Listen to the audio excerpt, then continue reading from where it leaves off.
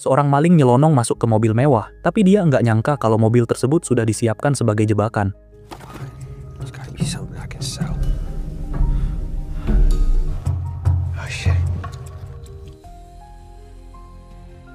Di kota New York, pria bernama Eddie berusaha memperbaiki mobilnya di bengkel.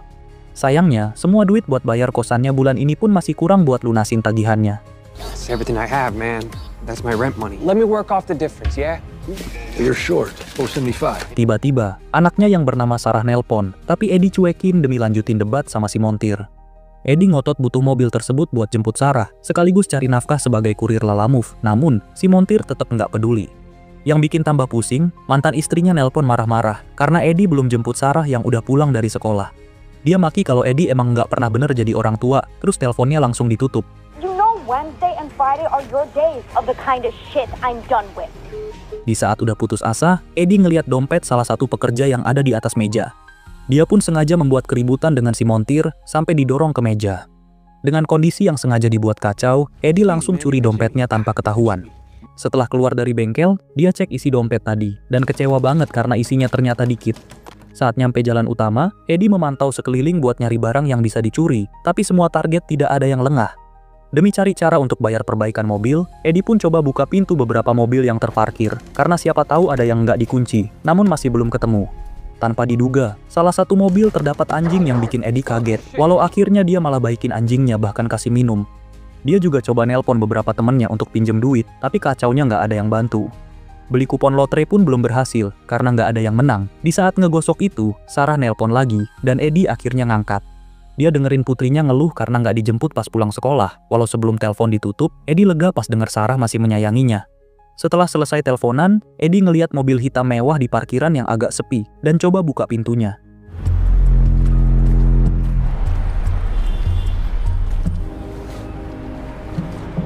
Tanpa diduga, mobilnya nggak dikunci. Eddie pun langsung masuk dan berusaha cari barang berharga. Sayangnya cuma nemu satu kacamata. Saat ada orang yang lewat, dia pura-pura nengok ke arah lain biar mukanya nggak kelihatan. Nggak dapat apa-apa selain kacamata, Eddie pun mutusin buat keluar dari mobil. Tanpa diduga, pintu udah terkunci sendiri yang buat dia panik. Bahkan pintu lain juga sama, karena tidak bisa dibuka walau didorong kuat-kuat. Saat ada orang yang lewat lagi, dia mutusin untuk tetap sembunyi. Eddie kemudian coba pukul dan tendang-tendang semua kaca, namun kacanya nggak pecah sama sekali. Alright, fuck this. Okay. Tiba-tiba, tablet di dashboard ada yang nelpon dari kontak yang mengartikan agar Eddie mengangkatnya. Namun, dia nggak peduliin panggilan tersebut dan tetap fokus untuk cari jalan keluar, tanpa tahu kalau ada yang ngawasin Eddie lewat kamera tersembunyi di mobil.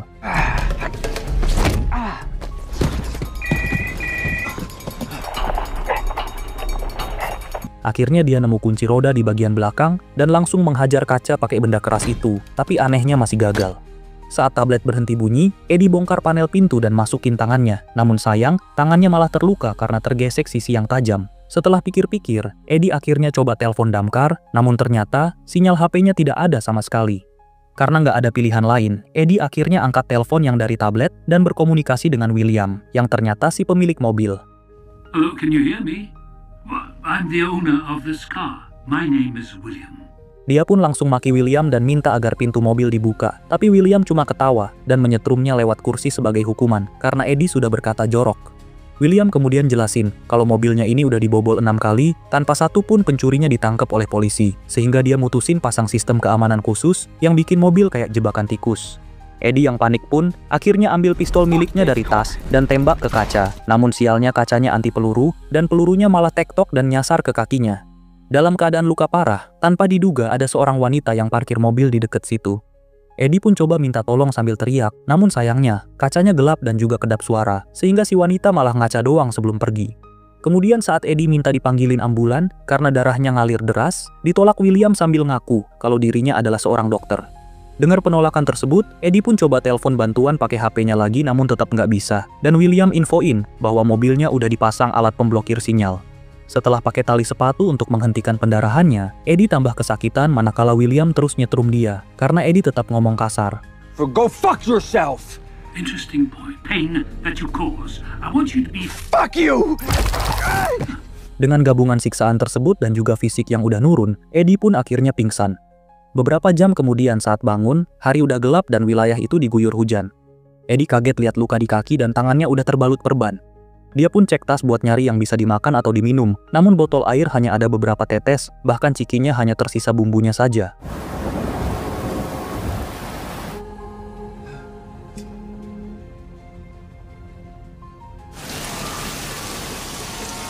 Besok paginya William nelpon lagi dan nyoba curhat tentang hidupnya, yang bikin Eddie semakin emosi. William pun langsung nyetrum Eddie, ditambah nyalain AC dan puter musik dengan suara kenceng. Awalnya Eddie masih oke dengan judul lagunya, tapi karena lagunya nggak diganti-ganti, kupingnya pun mulai nggak nyaman. Kemudian di malam hari, Eddie sangat kedinginan sampai pakai sarung kursi untuk nyelimutin badannya. Saat William nelpon lagi, Eddie minta maaf dengan tulus dan janji nggak bakal ngomong kasar lagi. Tanpa ngomong apa-apa, William kemudian matiin AC, namun tetap nggak mau bukain pintunya. I'm sorry for cursing.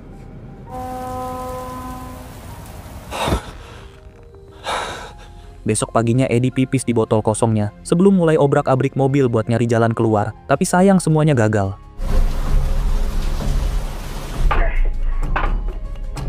Di saat William nelpon buat ngeledek usaha Eddie perhatiin seorang pria di balkon yang sedang ngeliat ke arah parkiran.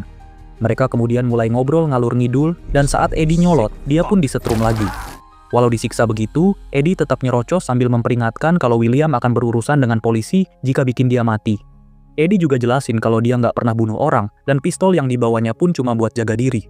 Namun William nggak peduli, dan nganggap semua polisi nggak ada yang pinter, jadi dia merasa nggak bakal ketangkep.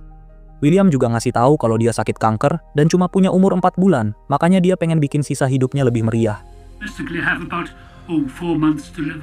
Karena menurutnya sistem hukum di negaranya sudah gagal, William pun mutusin buat cari keadilan sendiri dengan ciptain mobil khusus ini. Dia kemudian minta nomor identitas kependudukan Eddie buat cek rekam jejaknya.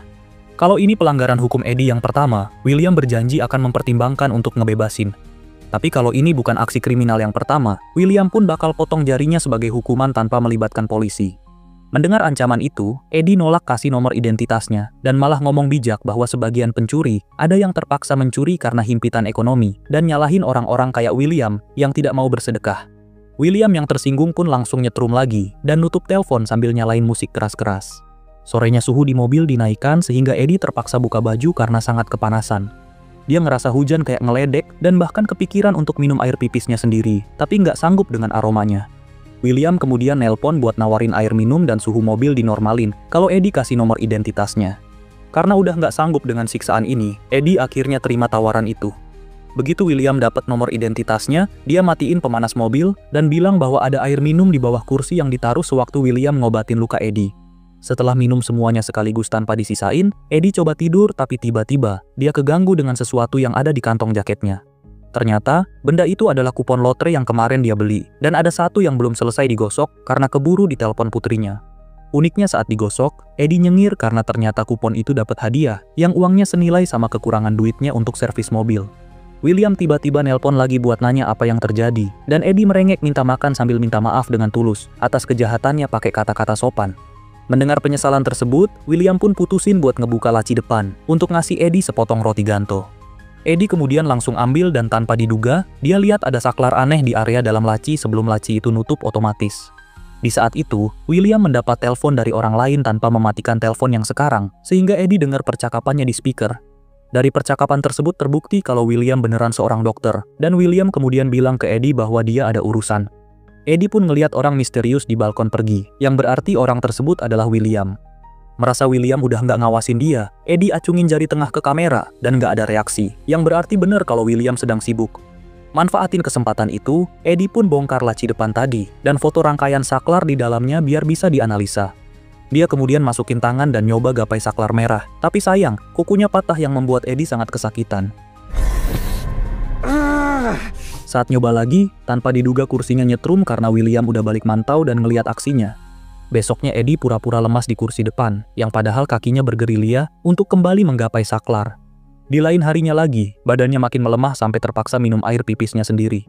Kemudian di malam harinya, kaki Eddie akhirnya bisa gapai saklar merah yang ternyata saklar tersebut adalah untuk nyalain mobil secara manual. Dia pun langsung pindah ke kursi pengemudi dan injak gas, tapi mobilnya tiba-tiba berhenti setelah jalan beberapa meter. William kemudian nelpon buat ngetawain Eddie dan tanpa diduga, mobilnya jalan lagi yang berarti William lah yang nyetir dari jarak jauh. Di saat mobil itu bergerak, William putar musik klasik sambil bilang ke Eddie kalau semua warga udah hidup tidak tenang karena angka kriminalitas yang sangat tinggi di kota tersebut. Society's broken. Hey, slow down! Oh, relax, Eddie. Eddie kemudian panik saat mobil nambah kecepatan dan akhirnya berhenti di gang gelap, tepat di saat dua pemalak sedang memukuli seorang korban. Tanpa diduga, William nyalain lampu tembak dan bunyiin klakson yang buat si pemalak emosi dan langsung ngeluarin sepucuk pistol dari balik bajunya. Tiba-tiba, mobilnya digas dan ngelindes si pemalak sambil terdengar ketawaan William yang sangat puas. Sementara pemalak yang kedua langsung kabur ketakutan sambil nembak ke arah mobil, tapi pelurunya nggak mempan karena kacanya anti peluru. Kejar-kejaran pun terjadi, dan saat si pemalak lari ke belokan lain, jalurnya malah tertutup karena gerbangnya dikunci. Tanpa diduga, William nggak biarin dia lolos dan langsung tabrak si pemalak sebelum bisa naikin pagar itu. Saat si pemalak coba bangun, mobilnya terus dorong dengan pelan sampai badannya agak terjepit dan terdengar teriakan kesakitan. Melihat penyiksaan itu, Eddie pun berhasil yakinin William buat ngelepasin si pemalak sehingga mobilnya langsung mundur. Namun tiba-tiba, William nggak nurutin permintaan Eddie dan kemudian majuin lagi mobilnya sampai pala si pemalak buyar. Eddie yang kelihatan trauma banget mulai teriak-teriak sehingga William putar musik keras lagi sambil ngejalanin mobilnya dengan kecepatan tinggi. Bahkan, mobilnya nyaris nubruk kendaraan lain karena William ngendaliinnya ugal-ugalan. Mobil kemudian masuk ke sebuah gedung sambil tetap ngebut dan setelah sampai bagian atas, William nggak ngurangin kecepatannya sehingga badan Eddie keguncang kesana kemari. Tanpa diduga, Eddie panik banget saat mobil diarahin ke tepi gedung, namun untungnya stop pas di ujung. Rem dadakan itu pun buat pala Eddie kebentur dan langsung pingsan. Kemudian di pagi harinya, Eddie bangun dari pingsan, sementara mobil masih ngelaju ke arah yang belum diketahui. William kemudian bilang kalau dia udah datangin keluarga Eddie, bahkan nganter Sarah ke sekolah setelah berpura-pura sebagai anggota dari yayasan sosial. Sambil ngehardik karena Eddie nggak lancar ngasih uang bulanan ke mantan istri, mobilnya kemudian berhenti di depan sekolah Sarah. Eddie pun panik banget ngelihat Sarah yang baru pulang sekolah. Di saat putrinya itu pulang sendiri, mobilnya tanpa diduga mulai ngikutin Sarah sampai jaraknya sangat dekat, kayak mau nabrak si Sarah. Sarah yang lihat mobilnya ngikutin dia lagi, akhirnya kencengin skuternya sementara Eddie nangis sambil mohon-mohon ke William. Namun sayangnya, cara itu nggak cukup buat William berhentiin mobil, bahkan malah tambah dikebutin. Eddie yang putus asa karena nggak tahu harus gimana lagi, ambil pistolnya dan nyoba bun-bun, tapi pas ditarik pelatuk, ternyata pelurunya udah dikosongin sama William. Nyadar kalau Eddie benar-benar mau mokat, William pun nggak jadi ngelindes Sarah dan merasa bangga karena udah buat Eddie sangat ketakutan. Beberapa jam berlalu, Eddie diem aja karena masih terguncang, sementara William terus ngebacot tentang bobroknya sistem hukum di negaranya. Di saat itu, emosi Eddie akhirnya meledak dan langsung cabut semua kamera yang ada di mobil, bahkan nendang tablet sampai rusak. Di saat komunikasi sama William terputus, Eddie liatin foto Sarah di HP dan kemudian rekam pesan suara buat putrinya, yang isinya minta maaf karena nggak becus menjadi seorang ayah. Namun sayangnya, pesan menyentuh itu nggak bisa kekirim karena sinyal masih diblokir sama mobil. Beberapa saat kemudian, mobilnya berhenti di lokasi sepi dan William keluar dari mobil lain buat ketemu Eddie untuk pertama kali. Hello, Eddie. I'm William. Eddie yang keburu emosi pun langsung agresif, tapi William cegah dengan nyetrum sampai dia kalem. Setelah semprot parfum buat ilangin aroma yang tidak sedap, William kasih tali dan nyuruh Eddie buat ikat tangannya sendiri. Awalnya Eddie nolak, tapi setelah disetrum lagi, dia pun terpaksa nurutin perintahnya. Begitu tangannya keikat di bagian bawah kursi, William masuk dan tas miliknya ditaruh di bagian belakang. Setelah masukin peluru ke pistol milik Eddie, William ngasih Eddie rokok dan tebarin permen Yupi buat dimakan. Lalu sebelum jalanin mobil, William nyalain musik klasik. Selama perjalanan, Eddie coba mancing emosi William dengan nanya hubungan William dengan putrinya, sehingga William kesal dan ngerem mobil beberapa kali agar pala Eddie kebentur dashboard. William ngomel tentang bobroknya generasi yang sekarang, dan ngungkapin kalau putrinya udah dibunuh sama pencuri mobil sebelumnya. Dia kemudian tempelin pistol ke kepala Eddie saat keduanya berdebat soal arti kemanusiaan. Sementara perdebatan itu berlangsung, kaki Eddie berusaha jangkau saklar merah yang akhirnya dia bisa pencet tombolnya dan ngebuat sistem mobil mati sepenuhnya. Karena sudah tidak bisa dikendalikan, mobil pun jatuh ke bawah tebing, sehingga Eddie kebentur dashboard dan membuat hidungnya patah. Sementara William yang dari tadi genggam pistol, nggak sengaja nembak dan pelurunya tektok ke beberapa kaca sebelum kena punggungnya sendiri. Setelah mobil jungkir balik, mobilnya akhirnya berhenti di dekat sungai dan keduanya sama-sama pingsan. Beberapa waktu kemudian, tanpa diduga HP Eddie berhasil ngirim pesan suara sebelumnya karena ternyata sistem pemblokir sinyal udah nggak ada. Eddie kemudian sadar duluan sebelum William dan berusaha lepasin tali ikatannya. Namun tanpa diduga pas talinya berhasil kelepas, William juga ikut bangun dan perkelahian pun terjadi karena William masih megang pistol. Dengan semua dendam yang udah numpuk dari kemarin, Eddie pun mukulin mukanya dan rebut pistol yang langsung diarahin ke William. Tanpa diduga di saat genting itu, HP Eddie bunyi dan terlihat Sarah yang nelpon. William yang udah sekarat, nyaranin Eddie buat angkat, dan setelah diangkat, Eddie dengar Sarah yang khawatir karena pesan suara sang ayah sebelumnya. Eddie kemudian yakinin Sarah bahwa dia baik-baik aja, dan janji pasti akan jemput putrinya dari sekolah hari ini. Namun tiba-tiba, mesin mobil mulai kebakar dan Eddie minta William agar bukain pintu, namun William gak mau dan kemudian mati. Eddie pun langsung cek tas yang William bawa, dan nemu palu yang ternyata cukup kuat buat pecahin kaca belakang. Setelah berhasil keluar sebelum api menjalar ke seluruh mobil, Eddie menjauh dan terpaksa ninggalin tubuh William di dalam karena nggak tahu cara buka pintunya. Saat nyampe jalan raya, pengendara lain lewat dan untungnya dia membolehkan Eddie yang minta tumpangan. Tak lama kemudian setelah Eddie sampai bengkel yang kemarin, si montir bilang kalau ngerjain perbaikan mobilnya butuh waktu 1 hari. Karena nggak mau ngingkarin janjinya lagi, Eddie tanpa diduga putusin jual mobilnya ke montir dan beli sepeda bekas untuk pergi ke sekolah putrinya. Dia pun akhirnya bertemu Sarah, yang langsung dipeluk dengan sangat erat dan penuh keharuan. Terima kasih sudah menonton 46 Movies, jangan lupa subscribe bila suka, dan sampai jumpa di alur cerita film berikutnya.